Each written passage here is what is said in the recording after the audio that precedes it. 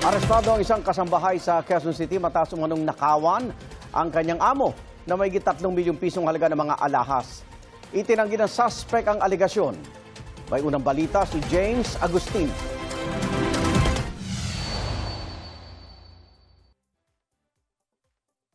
Dinala sa Eastwood Police Station ng 28 anyo sa babaeng kasambahay matapos ireklamo ng pagnanakaw sa kanyang pinagtatrabahuan sa Barangay Ugong Norte, Quezon City. Ang inarestong suspect, ninakaw umano ang iba't ibang alahas ng kanyang amo na nagkakahalaga ng mahigit 3.9 million pesos. Ayon sa pulisya, nitong Miyerkules yan nadiskubre ng biktima. Habang chinecheck nung may-ari yung kanyang mga alahas, napansin niya na maraming nawawala sa kanyang mga alahas. Tinawag niya ngayon ang kanyang kasambahay. Ito na ngayon yung suspect natin. Tinanong na may mga nawawala siyang mga alahas. Inadmit naman na kaagad niya na siya nga ang kumuha ng mga alahas. Hindi pa nababawi ang anumang alahas na nawawala.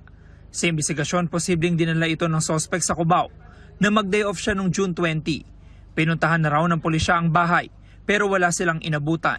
Tinitingnan natin yung anggulo kung mayroon siyang kasabwat.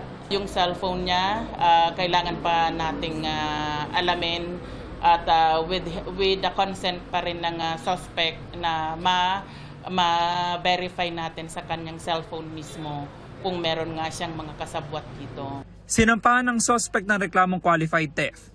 Itinanggi niya ang krimen. Hindi ko po yung ginawa, ma'am. Bakit po kaya kayo napagbintangan? Hindi ko po alam kay ma'am.